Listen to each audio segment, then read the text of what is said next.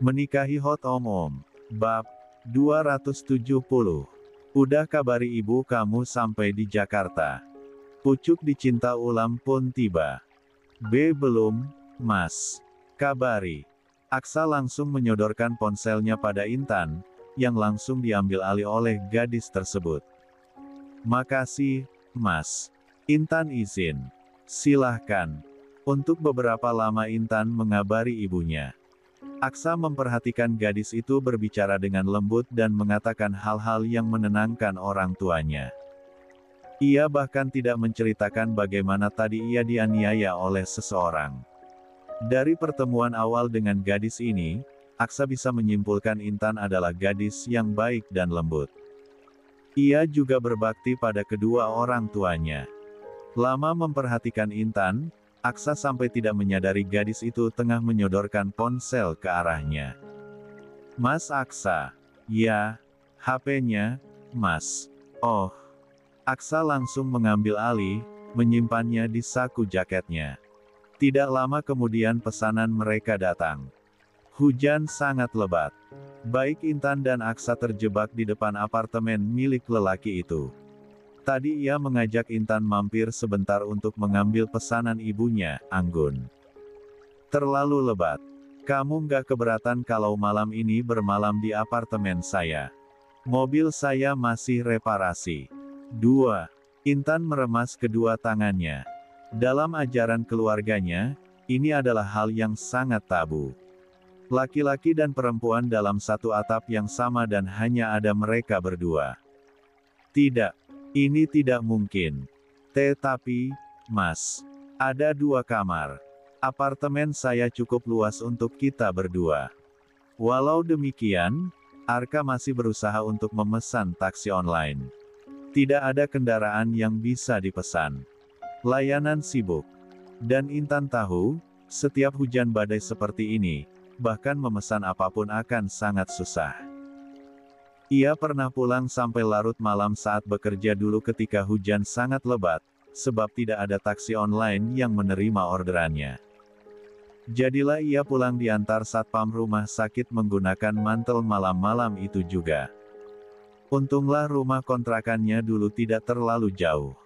Ayo, di sini dingin.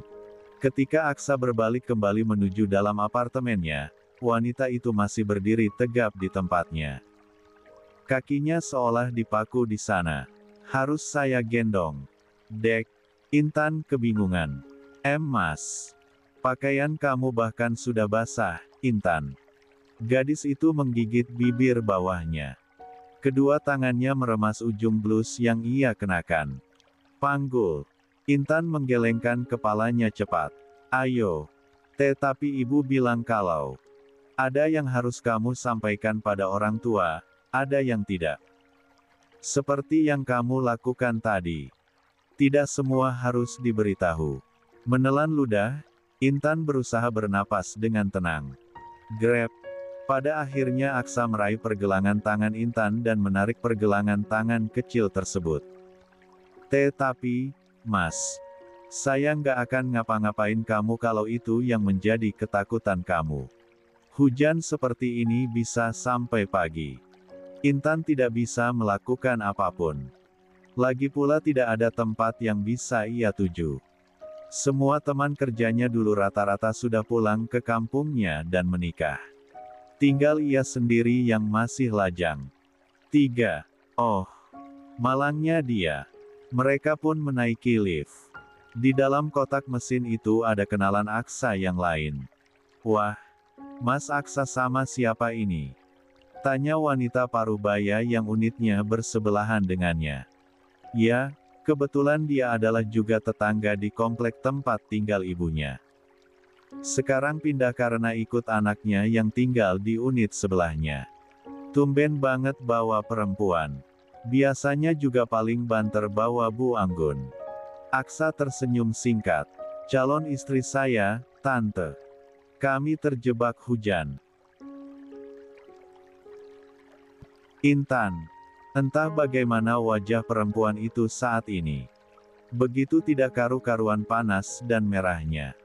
Kenapa Aksa selalu menyebutnya sebagai calon istri? Kepala wanita yang bertanya itu mengangguk-angguk pelan. Oh, begitu.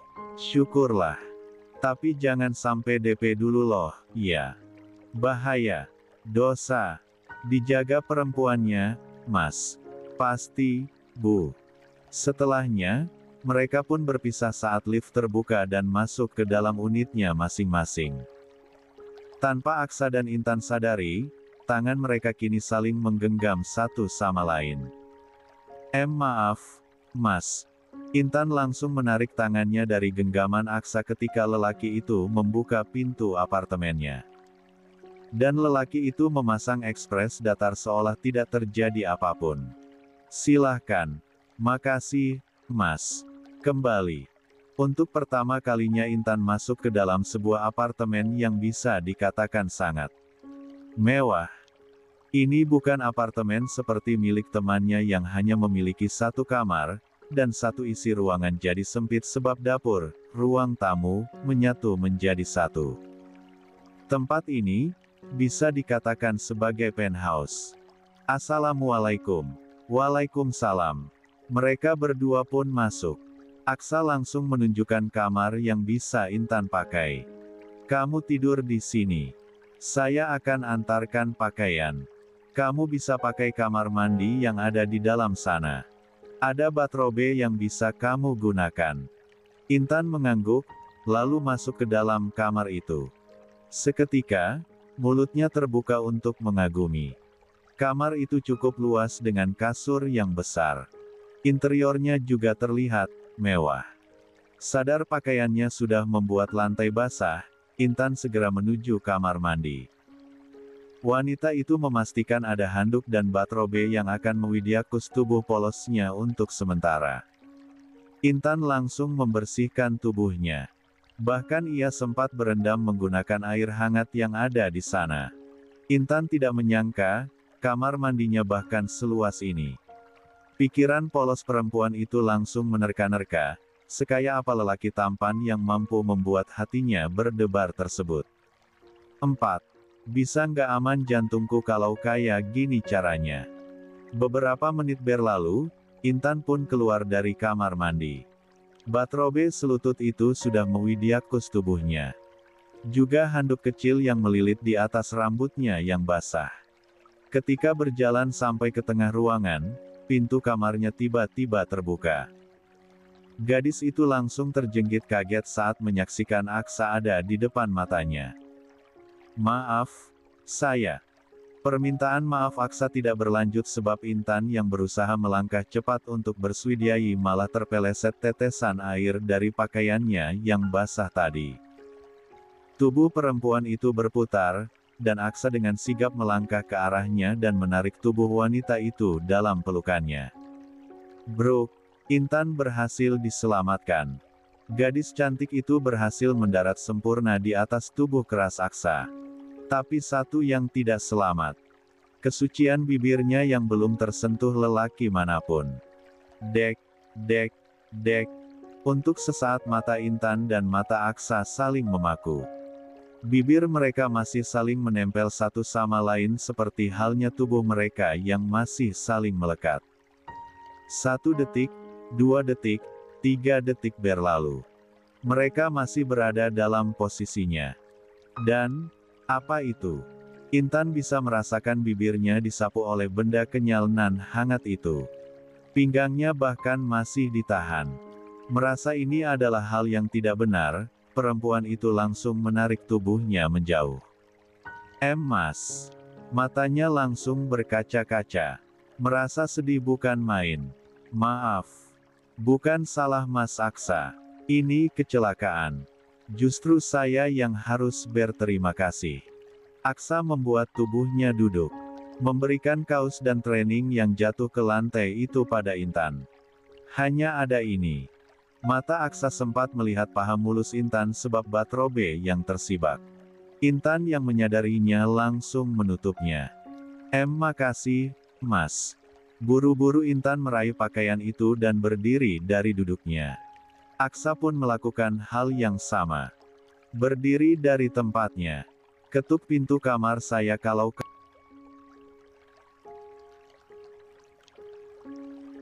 5.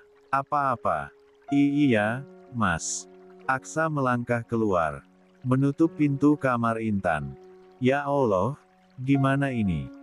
Segera ia memakai pakaian kebesaran yang diberikan oleh Aksa. Setelahnya segera ia naik ke atas kasur dan menutupi seluruh tubuhnya sampai kepala. Tanpa terasa air matanya pun menetes. Ia seolah telah melakukan dosa besar. Tanpa terasa air matanya pun menetes. Tangannya meraba bibir yang rasanya sudah berbeda. Ada suatu beban di sana. Seolah merasa tidak suci lagi. Ia menangis sampai tanpa sadar sudah terlelap. Sampai pagi tiba, perempuan itu langsung menarik tubuh dan membersihkan diri ke kamar mandi. Ia harus cepat-cepat keluar dari apartemen lelaki ini. Mas, Aksa sedang memasak. Kebetulan sekali ia sedang menuang nasi goreng ke atas piring. Sarapan? Enggak, Mas. Makasih. Saya mau pamit. Saya mau pakai taksi aja. Kening Aksa mengerut. Ia lihat mata perempuan itu tampak sembab. Apa ini karena kejadian tadi malam? Intan buru-buru berbalik menuju pintu. Dan segera Aksa menyusul dengan langkah-langkah lebarnya. Tunggu. Tangan Intan berhasil dicekal. Namun wanita itu enggan berbalik. Ada apa? Intan hanya menggeleng. Memaksa menarik tangannya dari lelaki itu. Ia memang bodoh dan sepolos itu. Ia merasa telah menimpakan dosa di pundak orang tuanya. Saya cuma mau. Nada suara itu terdengar terisak.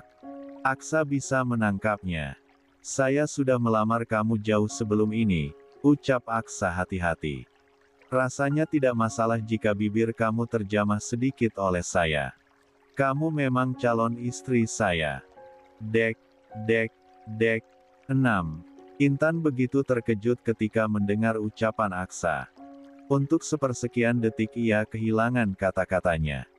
Menatap mata tajam itu dengan tatapan tidak percaya. Mas Aksa nggak usah bohong seperti itu, Mas. Intan nggak suka. Iya, memang tadi kecelakaan. Itu yang pertama buat Intan. Itu ciuman pertama saya, Mak Aksa. Itu bukan ciuman, jawab Aksa. Kamu terpeleset dan saya berusaha menolong. Itu hanya saling menempel. Kepala Intan menggeleng gelisah. Ia begitu ingat bibir Aksa bergerak di atas bibirnya dengan lembut. Enggak. Tadi malam itu bukan saling menempel lagi. Tapi apa? Bibir Mas gerak. Bibir Intan basah, dikit. Aksa gemas. Gemas bukan main melihat betapa polosnya perempuan ini. Ia memang energi dalam membantunya, tapi tidak menyangka ada sisi lain yang disimpannya. Jika orang melihat sekilas, mereka bahkan akan menyimpulkan bahwa perempuan itu adalah perempuan yang berani. Ia selalu berinteraksi dengan aktif dan ceria pada semua orang. Tapi di balik semua itu, ada sisi lain yang tidak dia tunjukkan di depan semua orang. Pemalu. Rasa malunya terhadap lawan jenis yang mungkin menarik perhatiannya. Aksa menarik satu sudut bibirnya ke atas. Tersenyum miring. Tangannya langsung mengurung tubuh Intan. Gadis itu seketika gelagapan. Menunduk dan segera menghindari tatap dengan lelaki itu. Mas Aksa mau ngapain? Kepalanya langsung mengecup puncak kepala Intan. Gemas sama kamu. Kamu itu, naif. Seketika kepala Intan langsung mendongak. Menatap mata Aksa lekat-lekat. Mas pikir Intan bercanda, Mas. Mas pikir Intan gak serius. Saya tahu kamu serius. Lalu kenapa Mas malah bicara seolah semua ini lucu? Siapa yang bilang lucu? Intan diam. Ia kembali menunduk. Kehilangan kata-katanya. Aksa begitu mendominasi. Ia bahkan seperti anak kucing yang terjepit. Tangan lelaki itu kemudian meraih dagu Intan. menyentuhnya dengan lembut dan membuatnya mendongak. Maaf kalau kamu merasa tersinggung.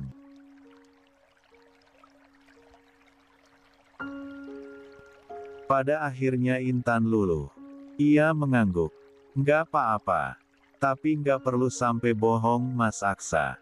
Nggak perlu bilang kalau Mas udah lamar Intan.